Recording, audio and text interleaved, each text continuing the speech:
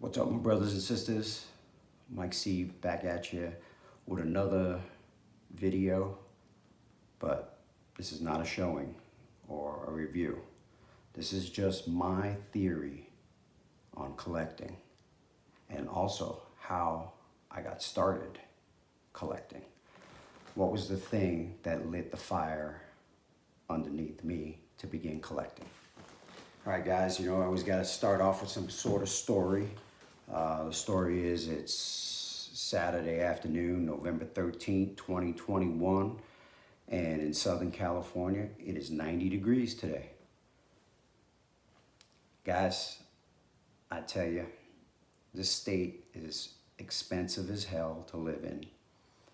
I mean, they charge you for everything, but you truly cannot put a price on the weather.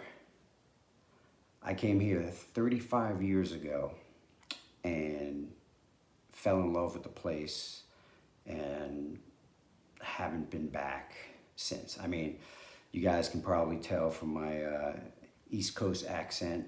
I am originally from New York. I grew up in New York. But this place is what did Pacino say in Scarface? Paradise. It truly is.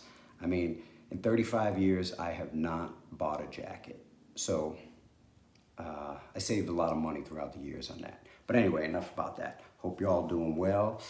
Great to be back with you guys. Since my mom's passing, you guys, I appreciate all the great messages. I told you guys that I was going to be communicating with all sorts of things.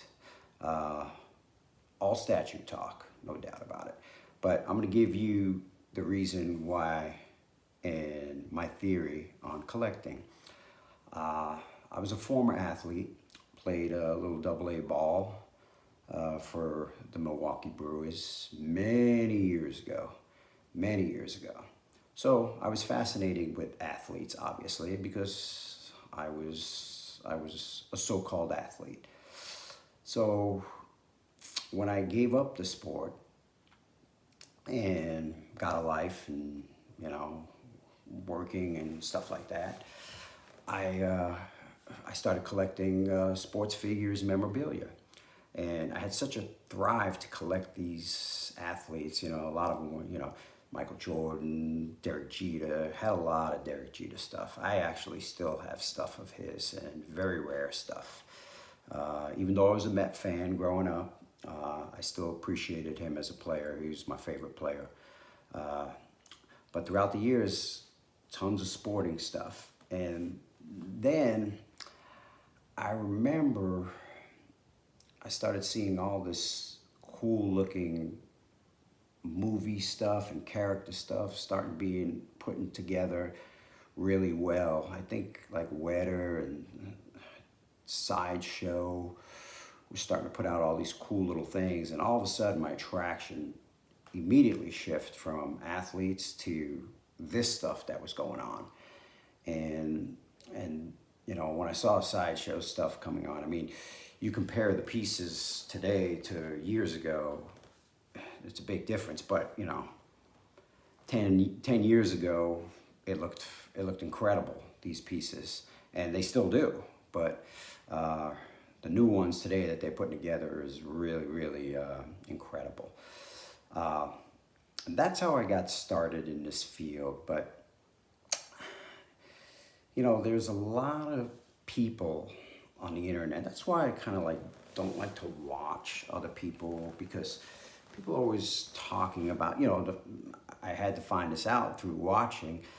A lot of people always talk about, how much money they make and, how much they spent last month on statues.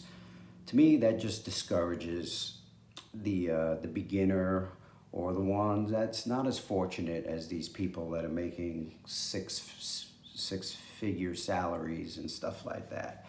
I'm a blue-collar worker. I don't make a lot of money, never have. I mean, in Los Angeles, $90,000 a year is basically poverty. And if I want to put in overtime, lots of overtime, yeah, I can push it up a little bit, but I'm too beaten down to put in much overtime unless it's required. And I'm pretty much reduced to animal duty these days when we go into something. They're like, Mike, you grab the pets. I'm like, yes, I will. uh, but anyway, yeah, you know, with a lot of people on the internet, it just makes me say, listen, don't listen to those people. Uh, Start your collection the right way. Don't buy everything that you see. Take your time in your purchases. You don't need to build your whole collection in one day. Okay? Even though you may love this stuff, and we all do. We see a statue every day, we want to buy it, you know? But don't do it that way. My theory is build your foundation first, which are the cases or custom. You know, when I was tossed up between my cases and cutting holes into the walls when I first moved into this place. But I chose the module case, and I think I did a wise choice. So I can take them wherever I go if I decide to ever leave this place one day. So that was the first thing. And when you're looking for your next place and you are a serious collector, look for a place that fits your collection. You know, if you can get away with that with your wife, your kids, or whatever, or affordability, look for the place that you have your vision with. That's it. You know, I think I've said it numerous times in my videos. When I came in this room, this was the vision. I immediately saw it, and I knew what I wanted to do. And that's what I wanted to do prior to moving in here. But take your collection, build your foundation first. Your foundation is your case, storage unit, whatever it is that you want to put in there to store your statues on. But the case amplifies everything. It just makes it look better. So, and believe me, I'm not getting no incentives for pumping up module case, but come on, man, take a look behind me, man. I think it looks fantastic, and I know you guys do too. But build it slow. Don't jump on everything you see. If it's, you know, if you have a vision of collecting half scales, if you can only afford 1 half scale a year, you are a collector, and you're a very good collector. And you will build. You will build as the years go by, and your finances get higher and higher. Yeah, that's the best way to do it. Don't make the mistakes that most of us make, you know, when we get into it, because we're brand new to it and everything's exciting. Everything that comes out, it's exciting. And I got quite a few of those pieces that I'm like, did I really want to do that? No, but you know what? I find good use for them, and they blend in well. But I am a all size, all character type of person. I don't want to stick with one theme. That's why you see the Marvels, you see the DCs, you see the horror, you see the sci-fi. I like to expand out the box, and I think every collector should do that, instead of like, hey, I'm really into aliens, so I want a whole room full of aliens. And that's great. That's great. I mean, whatever you're into, collect it. That's it.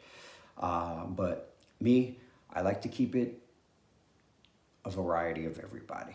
And to me, that just makes your collection pop when people see, or even when you're sitting in your space and you're looking at it, you'd be like, oh wow, this and that.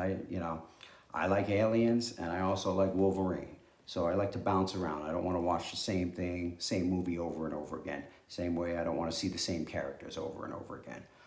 But that would be the best way of doing it. If you have a vision of, hey, I'm going to collect 1/4 scales, and if a 1/4 scale is, you know, $800, then, and you can only afford 2 a year, do it that way.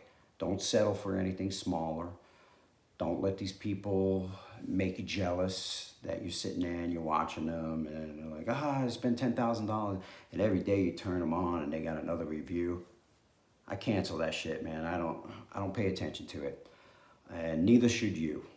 Uh, Stick with what your goal is and what your pockets goals are, and you'll become a, you know, you'll have a collection like this one day, and you really got to just take it slow. I didn't build this shit overnight, and you know, and neither should you. So that's my theory, guys, and that's the reason why I got into this stuff. And just say slow, man. Do it nice and slow, bro. Till next video. I think I have some stuff coming in soon. You guys will be the first to see it all. You know, I love sharing it with you guys, and you know, my showings or video reviews are for your liking. So you say, hey, I want to purchase that, or I don't want to purchase it. Looks like shit or it looks great. Whatever your choice is. But till the next video, guys, stay safe. Love you all. Peace.